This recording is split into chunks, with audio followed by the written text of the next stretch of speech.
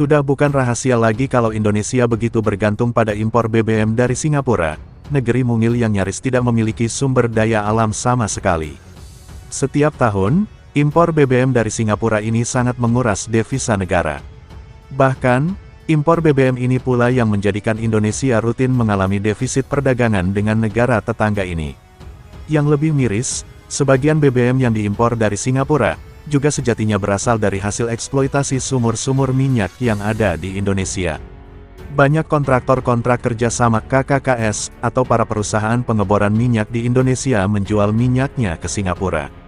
Hal ini terjadi karena kilang di Indonesia tak mampu menampung seluruh produksi minyak mentah di tanah air.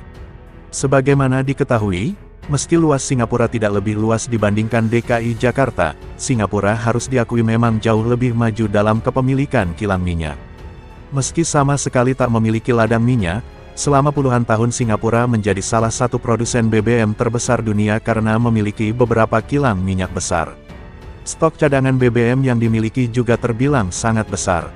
Letak Singapura yang strategis dan kemudahan berinvestasi dan perizinan juga jadi alasan perusahaan minyak multinasional menempatkan kilang minyak miliknya di negara tersebut.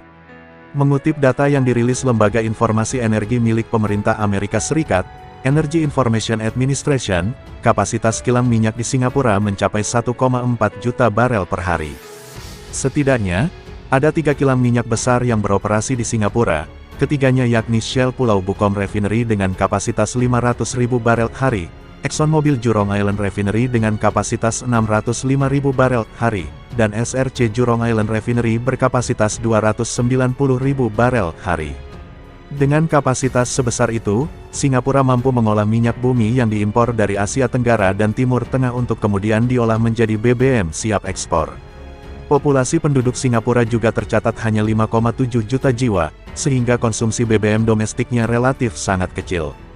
Bandingkan dengan Indonesia yang populasi penduduknya sekitar 260 juta dengan konsumsi BBM 1,4 juta barel per hari, kapasitas pengolahan minyak di kilang Pertamina hanya sekitar 1,1 juta barel per hari.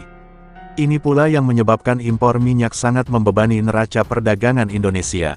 Nyaris setiap tahun, Singapura jadi negara yang paling banyak mengekspor BBM ke Indonesia mengalahkan Arab Saudi yang berstatus produsen minyak terbesar global.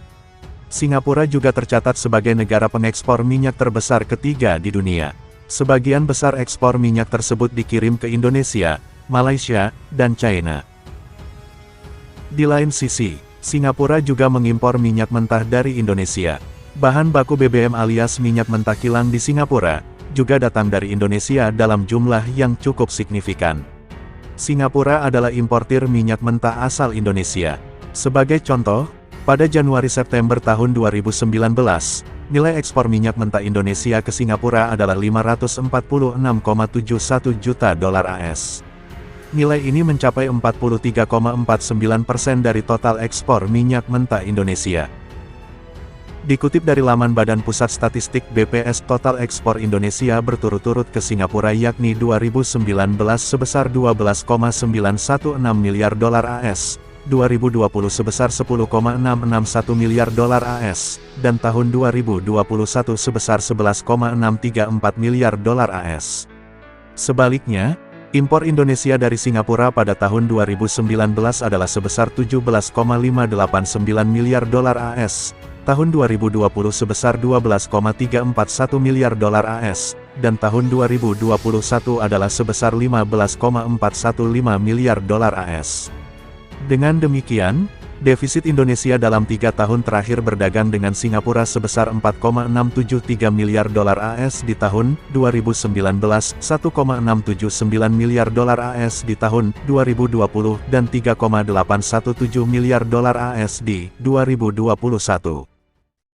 Terima kasih sudah nonton, jangan lupa like, subscribe, dan share ya!